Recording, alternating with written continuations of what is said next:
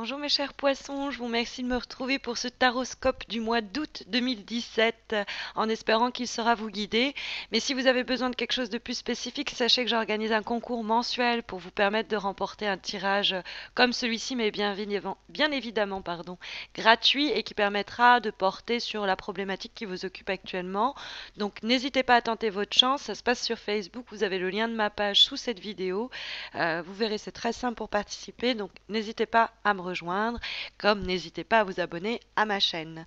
Alors, que nous réserve donc ce mois d'août? Il démarre avec la présence du 9 de bâton dans les éléments favorables ou les attitudes qui vous seront profitables pour le mois d'août. Et donc ce 9 de bâton, c'est quelqu'un, comme vous pouvez voir, qui monte la garde. Alors, il est dans une situation, du coup, où il attend plutôt qu'on vienne à lui, plutôt qu'il ne va vers les autres.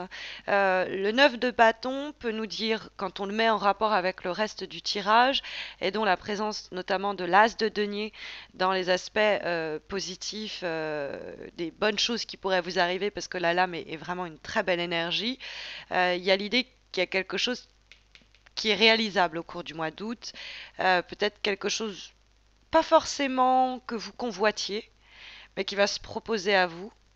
Ça peut être que dans le cadre de quelque chose que vous cherchez à obtenir, mais vraiment sur tous les niveaux, hein. Je parle là un peu matériel parce que c'est les deniers, c'est les petites pièces d'or, donc il y a un côté très terrestre et très basique sur l'argent, les finances. Ça peut être une opportunité financière, hein, qui s'avérait être fructueuse, mais dans ce cas-là, on attend un peu de se faire démarcher, quoi. Effectivement, le 9 de bâton, il attend qu'on vienne à lui, à la différence par exemple du chariot, qui va à la rencontre des autres, qui se précipite vers l'autre, qui se précipite vers son projet. Le chariot, il n'a pas de temps à perdre, il n'a pas de temps tout court, quoi. Il se dépêche, il veut foncer. Et le problème quand il se trouve dans les obstacles, parce qu'évidemment, c'est vrai que la carte se trouve dans les éléments qui sont négatifs, vous commencez peut-être un petit peu à connaître l'histoire, pour ceux qui me suivent depuis longtemps. Bah évidemment, la carte du chariot qui fait obstacle, ça veut dire euh, qu'il y a une forme de précipitation qui est à proscrire. Ça peut être dans le rapport qu'elle entretient à la discussion qui se formule avec le 9 de bâton, plutôt attendre qu'on vienne à vous plutôt que vous n'alliez négocier quoi que ce soit ou demander quoi que ce soit. Le 9 de bâton, en plus, il reste sur ses gardes, hein. C'est quelqu'un qui attend de voir venir avant de se décider et d'accepter ou même de proposer. Peut-être que vous aimeriez bien travailler avec cette personne, ce collaborateur-là, vous êtes dit, mais vous attendez de voir, est-ce que la personne, elle veut vraiment ce job? Est-ce qu'elle va revenir vers vous et vous relancer? Est-ce que vous avez bien toutes les informations au sujet de ce projet que vous souhaitez démarrer? Est-ce qu'il n'y a pas encore des informations qui vous font défaut? Pourrait ici signaler le 2 d'épée qui présente cette personne qui a les yeux bandés. Elle essaye néanmoins de se protéger et protéger un petit peu quelque chose, c'est la fonction du 9 de bâton également. Donc, il y a la nécessité d'y voir plus clair avec le 2 d'épée en vibration, et c'est peut-être pour ça qu'on vous dit, bah, attendez au cours du mois d'août, faut pas se précipiter, peut-être qu'on va vous proposer quelque chose et vous allez vouloir sauter sur l'opportunité, mais il y a peut-être mieux qui arrive. Par exemple sur le plan professionnel, puisque effectivement la carte du chariot nous parle du boulot. C'est une des lames majeures avec l'empereur qui symbolise le travail dans son ensemble. Et c'est l'idée d'aller à la recherche d'un nouvel emploi, peut-être même viser une nouvelle zone géographique, euh, bref, se déplacer pour des entretiens, des choses comme ça. Mais comme le chariot, il pense que pour bien faire, il faut faire vite, il pourrait faire des erreurs sur le chemin, des erreurs de calcul ou se précipiter sur la première chose qui semble bien, alors qu'il y a d'autres choses qui l'attendent. C'est juste qu'il n'a pas encore la visibilité, mais qui il est dans une situation où il se dit bah non mais vaut mieux que j'accepte ce que cette personne me propose ou que je travaille avec cette personne alors qu'en fait vaut mieux voir venir quoi. C'est une possibilité.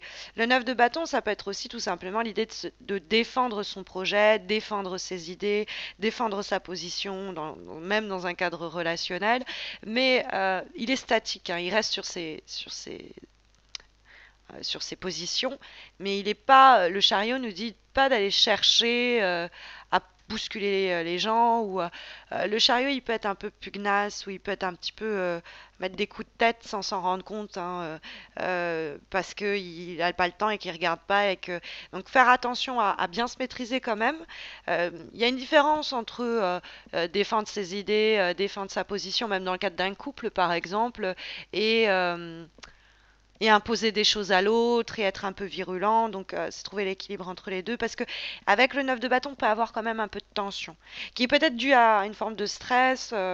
Parce qu'avec le 2 d'épée, il y a une dualité qui s'exprime. Il y a des choses qu'on voit pas très clairement, et c'est ce qui pourrait nous inquiéter. C'est pour ça qu'on nous invite, d'ailleurs, le tirage nous invite à rester vigilants, vigilantes, hein. Peut-être pour aussi pas avoir cette opportunité qui nous passe sous le nez parce qu'on s'est engagé pas avec quelqu'un d'autre ou on a engagé un autre collaborateur et puis parce on a voulu faire vite et en fait on aurait pu faire mieux si on s'était pas précipité. Donc le stress n'est pas bon conseiller sur l'attention non plus. Donc c'est une carte qui nous invite le 9 de bâton pas à être frileux ou frileuse ou conservateur et se dire bon bah je reste sur mes positions. Non, c'est Euh, je, je, je, je crois en ceci, je crois en cela, et je vais pas me faire marcher dessus, ou je vais pas me faire influencer, après dans vraiment les conseils sur des sujets bien pratiques et bien du quotidien, vraiment faites attention un peu où vous mettez les pieds, quoi. Vous laissez pas embarquer par quelqu'un qui vous dit allez, dès qu'il y a une Dès que vous êtes dans un processus d'action ou de décision qui est un peu trop impulsif, freinez les chevaux, retenez les chevaux. Reprenez un peu, vous respirez, vous dites, est-ce que ce que je fais, c'est bien en accord avec ce que je voudrais faire? Est-ce que ce que je dis, c'est bien en raccord avec ce que je pense? C'est parce que chariot, vous voyez, avec ces deux chevaux qui vont dans des sens opposés et puis qui ont des couleurs différentes, côté animal en plus qu'on essaye de... c'est vraiment l'expression retenir les chevaux pour le coup, essayer de ne pas avoir des impulsions contraires qui animent nos actions et nos démarches parce que on pourrait se faire emporter par un moment où on dit bah vas-y ça me saoule ou au contraire dire ah non mais je vais tout faire pour et c'est pas mesuré, c'est pas pondéré et on pourrait aller plus vite que la musique hein, même.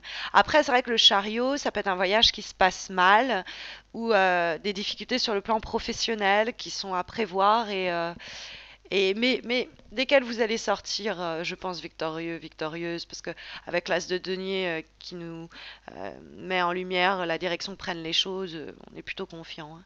On a le 2 d'épée néanmoins, qui est une carte un peu schizophrène.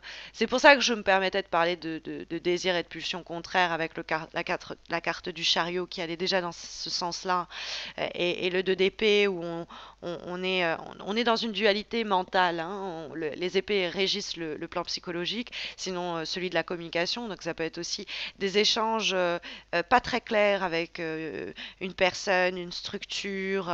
Et donc la personne peut-être elle nous cache des informations sans s'en rendre compte. C'est une omission. Soit on n'a pas la vision globale de la situation, soit on ne veut pas nous dire la vérité. Il y a des choses qu'on essaye de nous cacher. Donc pour ça qu'il faut être peut-être sur ses gardes. C'est pour ça que le 9 de bâton apparaît comme conseil pour votre mois d'août. Mais le 2 d'épée, ça peut être une indécision qui vous est propre, hein, dans le sens où vous avez du mal à vous décider pour savoir ce qu'il faut faire, comment sortir de ça. Peut-être encore un peu de déni au cours du mois. Vous faites un peu encore l'autruche, vous gardez encore un peu la tête dans le sable. Mais néanmoins, on sent qu'il y a une opportunité qui vous tend les mains, qui vous tend les bras, pardon, ou alors peut-être vous-même la provoquer par la patience dont vous faites preuve et que encourage le 9 de bâton. Mais c'est vrai que l'As de denier, on nous tend une offre en or, hein, quelque chose qu'on ne peut pas rater. Ça peut être des opportunités financières, ça peut être des nouvelles responsabilités sur le plan du boulot, on obtient une promotion, on commence une nouvelle source de revenus. C'est des énergies aussi créatrices qui annoncent de nouvelles idées, une nouvelle étincelle, quelque chose qui prend.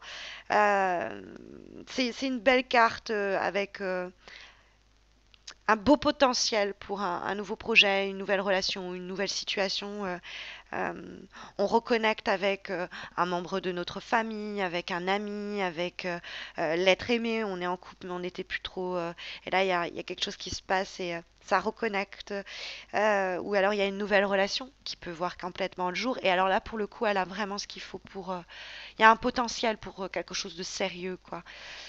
Et cette idée, je me permets de la signaler à cause de la grâce plutôt, à la seconde, à la cinquième carte, l'avant-dernière carte de ce tirage qui est issue du tarot, toujours de Marseille, mais revisité à la façon Oshozen.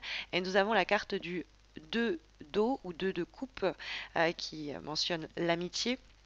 C'est un petit peu plus compliqué que l'amitié. Normalement, c'est tout ce qui est relationnel. Alors, pourquoi le tarot Shozen mentionne quant à lui l'amitié? Tout simplement parce que pour lui, c'est la plus pure des formes d'amour qui existent. Et c'est représenté d'ailleurs par ces deux arbres qui partagent à la fois leurs racines et leurs branches, de sorte à créer une nouvelle couleur. C'est l'union, la communion, la réunion, la fusion. Donc ça, des fois, ça peut nous parler tout simplement de collaboration, de partnership. Quelqu'un rentre dans une équipe ou vous intégrez vous-même une équipe. Bon, mais c'est normalement le 2 de coupe. Et le 2 de coupe, il y a quelque chose quand même de l'ordre affectif. C'est pour ça que je me permettais de parler de l'amitié et de la famille et des amours. Le 2 de coupe, ça peut être encore une fois cette idée de rencontre, une nouvelle relation. Ça peut être des retrouvailles aussi avec des gens du passé ou une personne plutôt. Je pense que c'est plus quelqu'un avec pas mal sur le plan amoureux par exemple, beaucoup d'attraction. Encore une fois, il y a cette idée de potentiel pour une relation sérieuse à la condition qu'on avance peut-être lentement. C'est peut-être ça, hein. On est un peu sur ses gardes avec quelqu'un, vaut mieux pas faire le Don Juan et y aller franchement parce qu'on sait pas trop à quelle sauce on va être mangé. Mais finalement, la personne va venir vers nous et va nous dire, ok, tu veux qu'on se voit et il y a tout ce qu'il faut pour, par exemple, hein, sur le plan professionnel, ça peut être vraiment quelqu'un qui pourrait vous aider, vous guider, ou alors une reconnaissance sur le plan social ou professionnel. Il y a l'idée de partage, de coopération à un petite échelle ou à un grand niveau avec cette carte. Et cette idée, elle est quand même confirmée avec la très jolie lame avec laquelle on termine votre taroscope du mois d'août, qui est cette fois-ci issue de l'oracle de Salerno, l'oracle de l'amour universel. Et nous avons la très belle lame de l'abondance. Très belle carte. Alors, il y a quand même une sorte de communion avec la nature qui est tout de même exprimée à travers le dessin présent sur la carte en question. Donc, il y a une communion possible avec grâce ou en tout cas par la nature. Donc, privilégier les espaces qui vont fournir une abondance en termes d'expérience, de partage, etc. Et puis l'abondance, c'est tout simplement un petit peu l'idée des vœux qui pourraient être en vue d'être exaucés. C'est un peu l'idée de la pensée positive. La carte de l'abondance, c'est l'idée, ok, alors faites un vœu, fermez vos yeux, là, maintenant, tout de suite, mes chers poissons, fermez vos yeux, faites le vide et dites-vous, qu'est-ce que je veux? Qu'est-ce que je rêverais d'avoir là avant la fin du mois? Qu'est-ce que je rêverais d'avoir? Et concentrez-vous et observez-vous en train d'obtenir, vivre ce que vous voulez voir réaliser ce mois d'août. Bah, c'est un petit peu cette carte. C'est une carte de réalisation des souhaits par la pensée positive. Il y a une opportunité. Il y a quelque chose en termes d'énergie pour vous pour ce mois d'août où il y a quelque chose à saisir pour faire que vos désirs se manifestent et se concrétisent. Donc, n'hésitez pas à convoquer la pensée positive pour le mois d'août. Je vous souhaite à tous et à toutes un très bon mois d'août. J'espère que cet horoscope aura su vous guider, vous aider, hein. Si vous avez besoin de quelque chose de plus spécifique, je vous rappelle qu'il y a le concours. N'hésitez pas à vous abonner à ma chaîne. Et puis je vous retrouve à la fin du mois d'août pour les taroscopes de septembre, la rentrée déjà. D'ici là, portez-vous bien.